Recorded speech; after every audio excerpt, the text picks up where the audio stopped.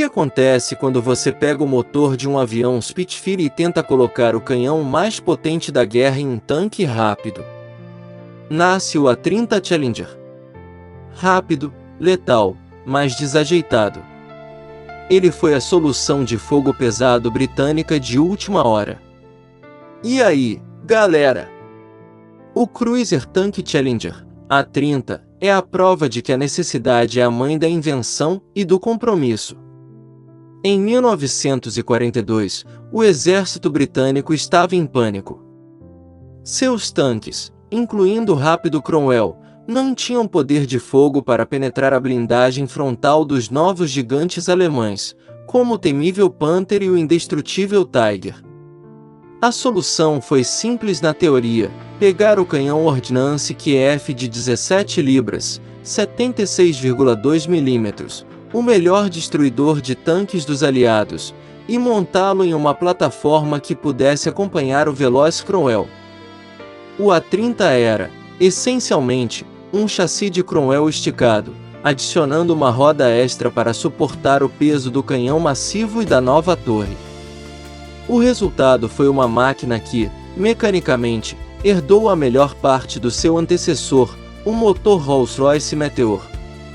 Com seus impressionantes 600 cavalos, o Challenger conseguia atingir cerca de 52 km/h na estrada. Isso garantia que, ao contrário do Sherman Firefly, o outro tanque de 17 libras, o Challenger pudesse realmente manter o ritmo com as unidades de Cromwell, essencial para a doutrina de cruzador.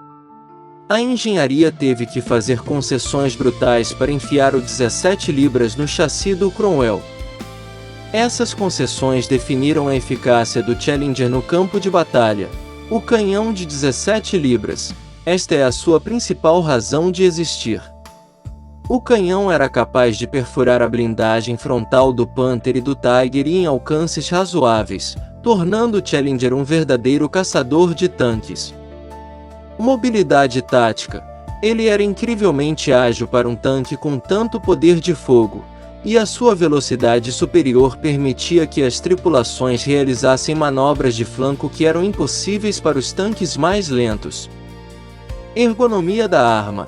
A sua torre, embora grande, fornecia um ângulo de depressão de arma muito melhor, 10 circ, do que o Firefly, uma vantagem crucial em combate defensivo ou em terrenos irregulares. Altura excessiva. A torre era enorme para acomodar o canhão e um carregador extra.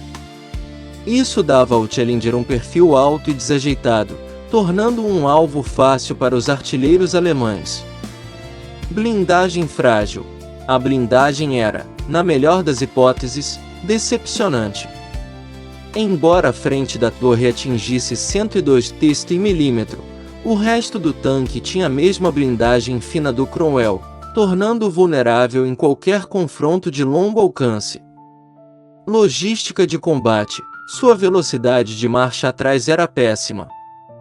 No calor de um duelo, a incapacidade de recuar rapidamente após o tiro era frequentemente fatal, forçando a tripulação a manobrar longas distâncias para se reposicionar.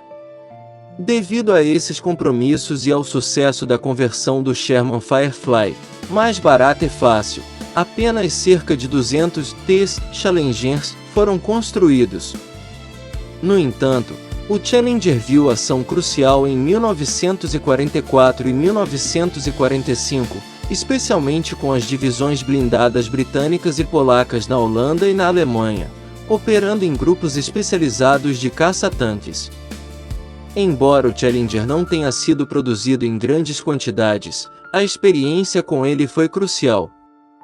O projeto A-30 provou que era possível montar o canhão de 17 libras em um chassi rápido, mas também expôs os limites do design de tanques de cruzador de blindagem fina.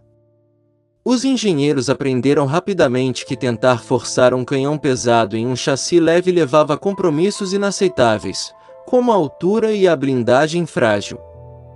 Essa lição levou diretamente ao desenvolvimento do seu sucessor, o Cruiser Tank Come, A-34, que era um design totalmente novo, mais equilibrado, com um novo e melhorado canhão de 77 mm, essencialmente, uma versão mais curta e segura do 17 libras. O Challenger foi um passo necessário. Foi o tanque que abriu o caminho para o Comer, uma máquina muito mais coesa e o auge dos tanques de cruzador britânicos antes da transição para os MBTS, Main Battle Tanks, como o Centurion. Vamos falar um pouco sobre a tripulação. O Challenger tinha uma equipe de 5 homens. Mas a razão pela qual a sua torre era tão alta era para acomodar o carregador do canhão de 17 libras. O canhão era tão grande e os projéteis tão pesados que não faria sentido esperar que o comandante ou o artilheiro também o carregassem, especialmente sob fogo pesado. O quinto homem, o carregador, era essencial para manter a alta taxa de tiro do canhão de 17 libras.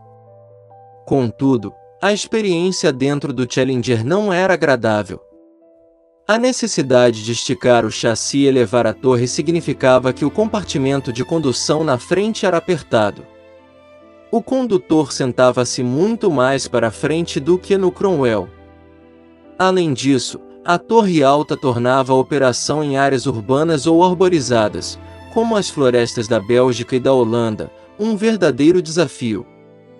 Embora o Challenger seja um design puramente britânico, ele não foi usado apenas pelo exército britânico. As forças aliadas ficaram desesperadas por qualquer coisa que pudesse enfrentar os tanques alemães no final de 1944. O Challenger foi fornecido às forças polacas livres, que o utilizaram em combate na Europa, e também às forças tchecoslovacas.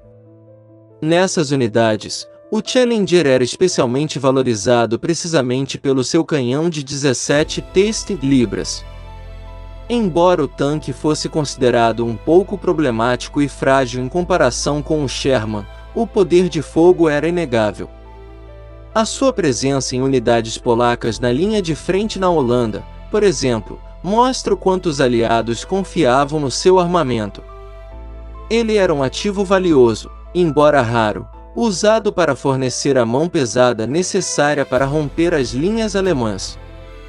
No final da guerra, a maioria dos Challengers restantes foi rapidamente retirada de serviço, provando que, embora fosse um bom caçador de tanques de emergência, ele não era o design ideal para o futuro. O Cruiser Tank Challenger, A-30, no final de contas, não foi o tanque que ganhou a guerra, mas sim o tanque que garantiu que a Grã-Bretanha pudesse continuar lutando em pé de igualdade contra os gigantes alemães em 1944.